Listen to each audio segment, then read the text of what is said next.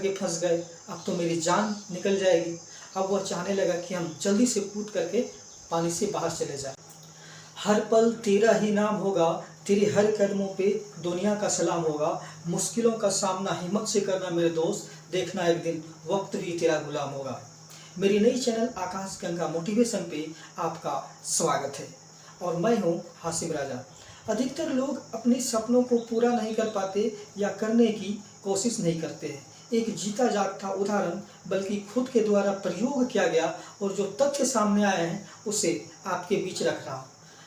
मैं तार्किक कहानियाँ को पढ़ता हूँ और तब तक उसे आपके सामने पेश नहीं करता हूँ जब तक खुद से प्रयोग करके ये नहीं देख लेता हूँ कि उनके अंतर्गत जो बताई गई है वो सच्चाई हकीकत में है या नहीं है। तो इस प्रयोग के द्वारा जो तथ्य सामने आए हैं उसे जानने के लिए बिना स्किप किए हुए वीडियो को देखें और चैनल को सब्सक्राइब नहीं किया है तो चैनल को सब्सक्राइब करें और बेल आइकन पे ऑल पे क्लिक कर दें ताकि इस प्रकार की जब भी वीडियो मैं अपलोड करूं तो सबसे पहले आपको नोटिफिकेशन चली जाएगी। कहानी पुरानी है, एक मेढक की एक गर्म पतीले में जीवन कहानी, लेकिन अंदाज नया है। इस नए अंदाज को जानने के लिए पूरा वीडियो देखें। सबसे पहले क्या करते हैं, एक बड़ा सा पतीला लेते हैं और उसमें पानी डालते हैं।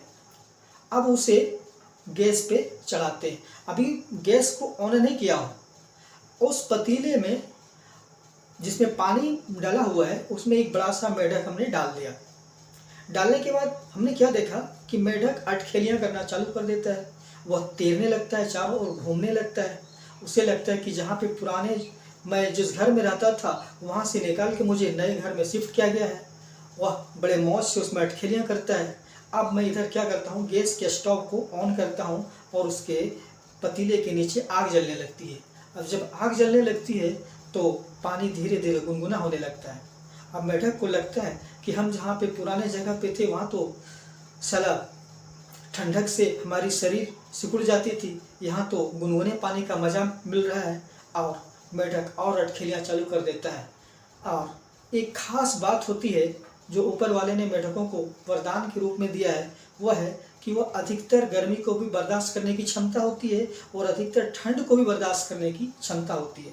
मतलब तापमान के अनुसार, वातावरण के जो तापमान उसके अनुसार अपने आप को वह एडजस्ट कर लेता है। इधर जैसे जैसे गर्मी बढ़ती है पानी की, वैसे वैसे वह अपने शरीर का तापमान को एडजस्ट कर लेता है। आग जब जलती है तो धीरे धीरे पतीला गर्म होता है, पानी धीरे धीरे गर्म होती है और वह अपने शरीर को भी एडजस्ट कर लेता है। इधर पानी और गर्म होता है तो वह अपने तापमान को, अपने शरीर के तापमान को और एडजस्ट कर लेता है। इस तरह से एडजस्ट करते करते कितना एडजस्ट करे, चूँकि पतीले के नीचे आग जल रही है। अब पानी अत्यधिक गर्म होने लगा। जब अत्यधिक गर्म होने लगा तो बड़े बड़े बुलबुले उठने लगे। अब मेढक को लगा कि यहाँ कहाँ आकर के फंस गए, अब तो मेरी जान निकल जाएगी।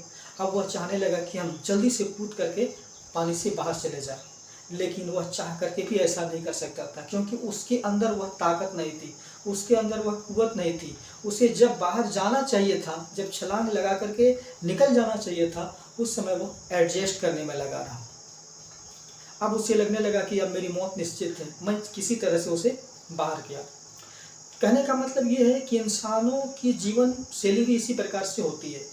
हम जब छोटी मोटी सुख सुविधाएं आती है तो उसमें भूल भलैया में फंस करके रह जाते हैं और हमें जिस मुकाम पे जाना चाहिए था, जिस कामयाबी, जिस बुलंदी पे पहुंचने वाले होते हैं, वहां नहीं पहुंच पाते हैं और अटक करके एक भीड़ का हिस्सा बन करके रह जाते हैं। कहा जाता है कि पूरी ब्रह्मांड में लाखों जीव हैं, लेकिन सबसे आला और सबसे उच्च किस्म का अगर कोई प्राणी है तो वह इंसान है, क्योंकि हर किसी में दिमाग को ऊपर वाले ने नहीं दिया है। अगर किसी को, कोई जीव को अगर दिमाग दिया है तो सिर्फ इंसानों में दिया है। इस दुनिया में जो भी जन्म लेता है उसकी मृत्यु निश्चिंत है। जन्म हुआ है तो मृत्यु होगी, लेकिन उससे पहले कुछ कर जाना है।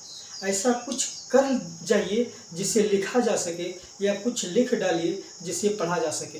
कहा जाता है जहाँ तक दिखता है वहाँ तक चलना चाहिए, वहाँ चलने के बाद आगे का रास्ता स्वयं दिखेगा।